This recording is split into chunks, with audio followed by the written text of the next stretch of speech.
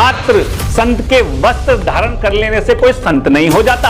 अध्यापक हुआ चंदन लगा लियो, राम रहीम जैसे गुण आएंगे तो संत है क्या? अध्यापक हुआ चंदन लगा के आसाराम जैसे गुण लेके आ गए तो संत नहीं है।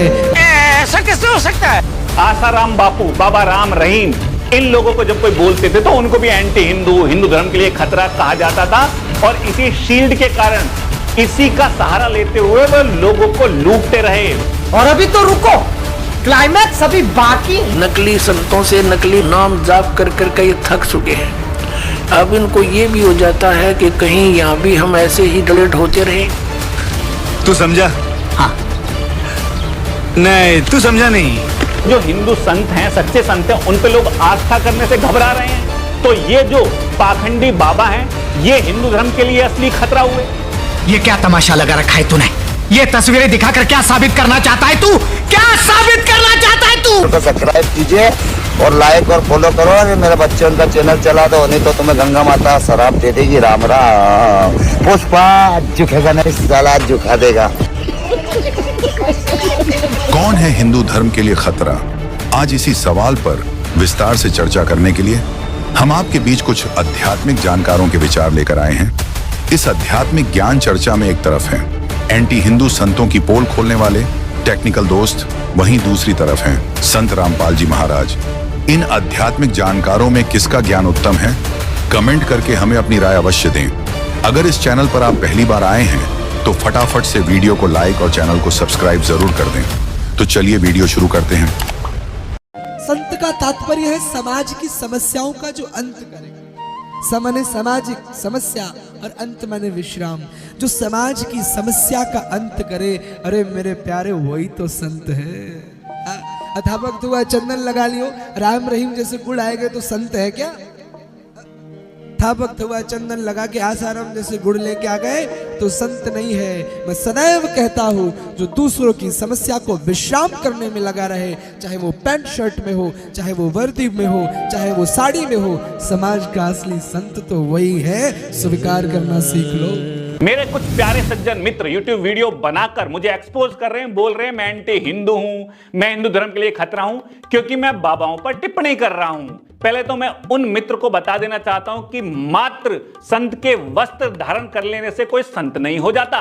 और मैं उन बाबाओं पर टिप्पणी करता हूं जो मेरे हिंदू धर्म का सहारा लेके मेरे देशवासियों को लूट रहे हैं, अंधविश्वास फैला फैला के। मैं उन पे टिप्पणी करता हूं जिनसे मेरे हिंदू धर्म को खतरा है।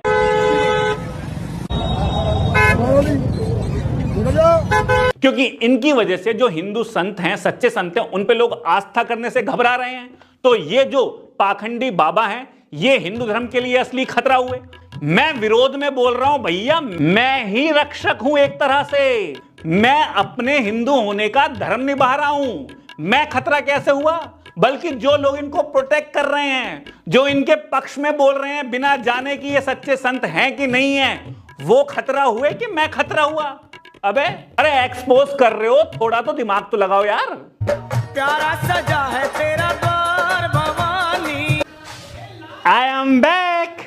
आसाराम बापू, बाबा राम रहीम, इन लोगों को जब कोई बोलते थे तो उनको भी एंटी हिंदू, हिंदू धर्म के लिए खतरा कहा जाता था और इसी शील्ड के कारण, इसी का सहारा लेते हुए वो लोगों को लूटते रहे, दुष्कर्म करते रहे।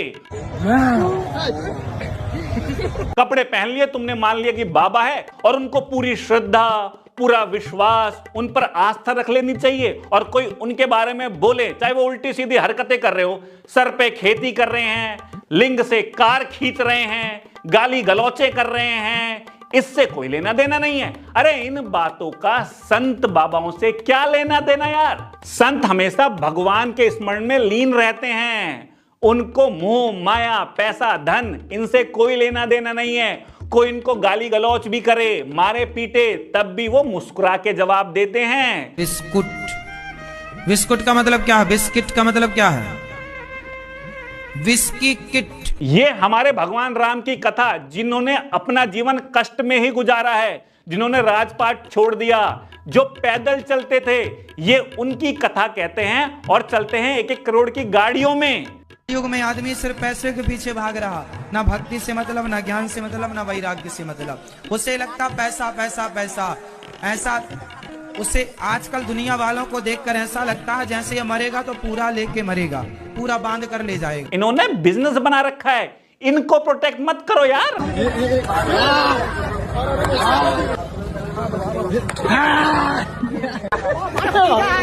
आते जातों को मार रहे हैं, गरीब में लात मार रहे हैं, नशा करके ये हरकतें कर रहे हैं। ये संत हैं? ये संत नहीं है, ये झंड है।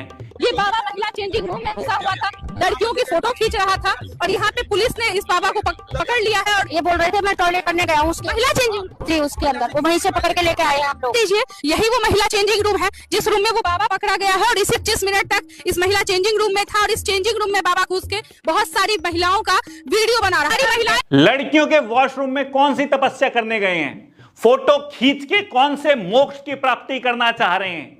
ये संत हैं? अबे संत नहीं है, ये झंड है। ये है खतरा हमारे हिंदू धर्म के लिए। वो तो सोशल मीडिया का जमाना है तो थोड़ा बोल भी पा रहे हैं, वरना लोग इकट्ठे हो जाते हैं, हमारे बाबा को बोल दिया, हिंदू धर्म के बाबा को बोल दिया। अरे भैया, ये सिर्फ पाखंडी हैं, इनका हिंदू धर्म से कोई लेना देना नहीं है, इनका तप जप से कोई लेना देना नहीं है। पाखंडी बाबाओं को पाखंडी ही कहा जाएगा, उनको बुरा भलाई कहा जाएगा। यही सच्चे हिंदू का असली कर्तव्य है। दोस्तों, अभी आपने सुने टेक्निकल दोस्त के आध्यात्मिक विचार। आइए अब नजर डालते हैं संत रामपाल जी महाराज के आध्यात्मिक विचारों पर। अपनी आत्मा दूसरी कारण ये बन गया कि ये भोली आत्मा पहले दूध के जले हुए, नकली संतों से नकली नाम जाप कर कर के ये थक चुके हैं। अब इनको ये भी हो जाता है कि कहीं यहाँ भी हम ऐसे ही डले ढोते रहें। तो उसके लिए प्रार्थना करता है दास बार बार के उपदेश लेने से पहले आप जी पूर्ण रूप से अपनी शंकाओं का निवारण करवाएं और फिर दीक्षा लो। 10 दिन पीछे ले लो, महीना पीछे ले लो, इतने दिन बीत गए और 10 दिन सही, 1 महीने 2 महीने पीछे ले लो। और जब उपदेश लेने के बाद फिर गुरुजी के वचनों में अविश्वास होना, ये आपका दुर्भाग्य होगा। इस दास के एक भी वचन पर आपको किसी भी प्रकार का अविश्वास नहीं होना चाहिए, ये ब्लाइंड फेथ करना पड़ेगा। और आप जी ने ब्लाइंड फेथ किया क्योंकि उन नकलियों के पास किया, उन्होंने आपकी भावना का, आपकी श्रद्धा का, आपके डिवोशन का दुरुपयोग किया। उनको ज्ञान था नहीं। आप जी पूरे मानव समाज ने ये सोचा गुरु जी जो कहते हो सही होता है। अब वहाँ दूध के जड़े हुए, अब यहाँ छाछ को भी फूंक मारने लग गए तुम। तो पहले उसको टेस्ट कर ले, बाद में ऑब्जेक्शन करें। यानी नाम लेने के बाद फिर मन में दोष आता है तो आप नाम रहित हो जाते हो। ये बहुत भयंकर और नाजुक दौर होता है इस भक्ति का। और काल ये चाहता है, उसने इसीलिए तो सारा जुगाड़ जोड़ रखा, नकली नरेश संत बना दिए। इंद्रादास स्वामी, धन धन सतगुरु, जय गुरुदेव, और ये विनोद वाला, और ये जगमाल वाली वाला, ये सतपाल जी महाराज, और ये तेरे बाल योगेश्वर, और यह साराम उड़े निरंकारी। ये देश का देश धका दिया काल ने और खक नहीं इनके पास। और यहाँ दास ने गला पड़ा लिया। 15 साल हो गए रह रहकर इस ज्ञान को सुनाते। आपके इसी ज्ञान को सुनाने के कारण, आप तक सत्य को पहुँचाने के लिए इस दास के ऊपर कितने बुरे आरोप लगाए गए, जेल में डाल दिया, क्रोथा कांड करवा दिया इन दुष्ट लोगों ने, क्योंकि इनकी रोजी रोटी बंद हुई थी। ठीक है, दास ने तो हथेली पर जान धर रखी है। भगवान का आदेश हो गया कि बेटा उठा दे डूंडा और मैं तेरे साथ रहूँगा। तो फिर अब जो भी होगा, अब तो या तो ये नकली रहेंगे या दास रहेगा।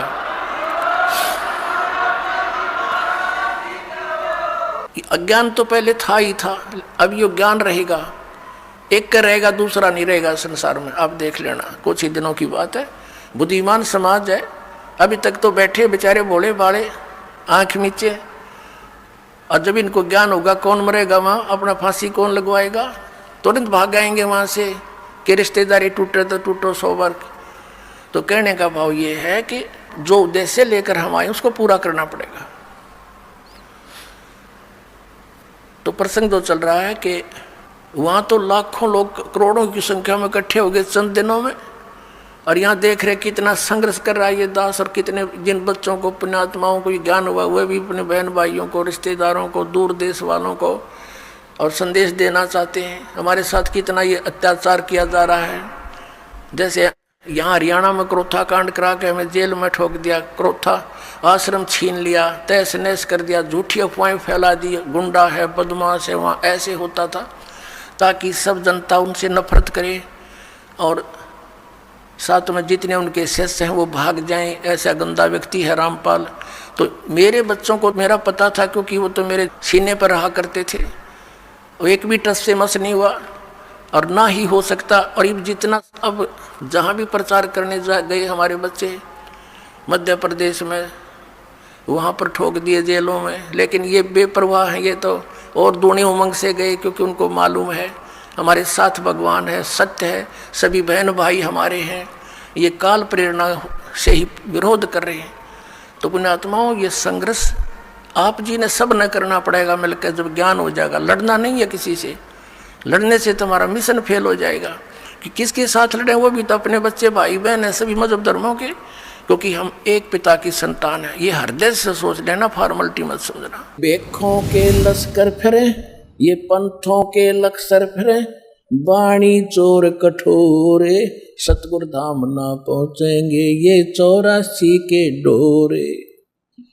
परमात्मा की वाणी चुरा कर। तो दास ने ये सभी प्रमाणित कर दिया कि इनके पास ज्ञान नहीं है, और एक इंटरनेशनल सत्र के चैनल पर चला दिया।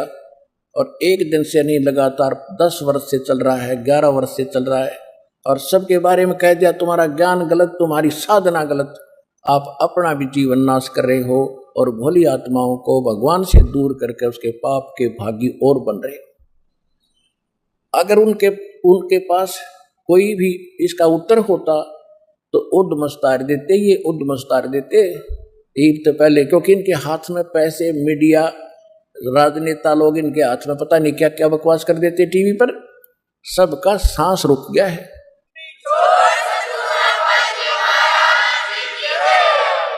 और ये थोड़े से दिन इन आर्य समाज के नकली आचार्यों ने बकवास करी थी, मुंह पिटवा कर बैठ गए। क्योंकि सत्य तो सत्य ही होती है।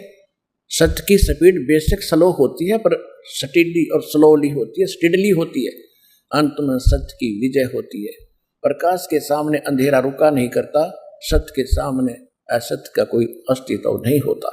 अब आपके सामने है, ये सारा संसार जाग रहा है, सारा विश्व हमारे साथ लगेगा और भगवान की भक्ति करके पार होएगा। ये वो समय है।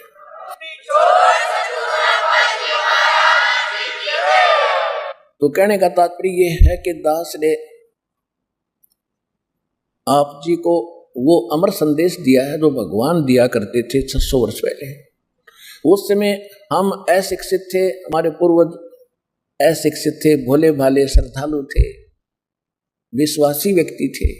उसका दुरुपयोग किया इन काल के दूतों ने, नकलियों ने। हिंदू और मुसलमान धर्म के जितने भी भारतवर्ष में गुरु थे वह कति अज्ञानी थे और हमें आपस में लड़ा कर हमें दूर करते रहे। हिंदू और मुसलमान की एक बाढ़ खड़ी कर दी, एक खाई खोद दी गहरी। अब उन गड्ढों को खत्म करना दास के लिए बड़ा डिफिकल्ट हो रहा है, लेकिन परमात्मा ने ऐसी करेन दे दी, अभी न सब न बर कदर दूंगा, ऐसा ज्ञान दे दिया, बिल्कुल मेटल रोड बना दी जाएगी।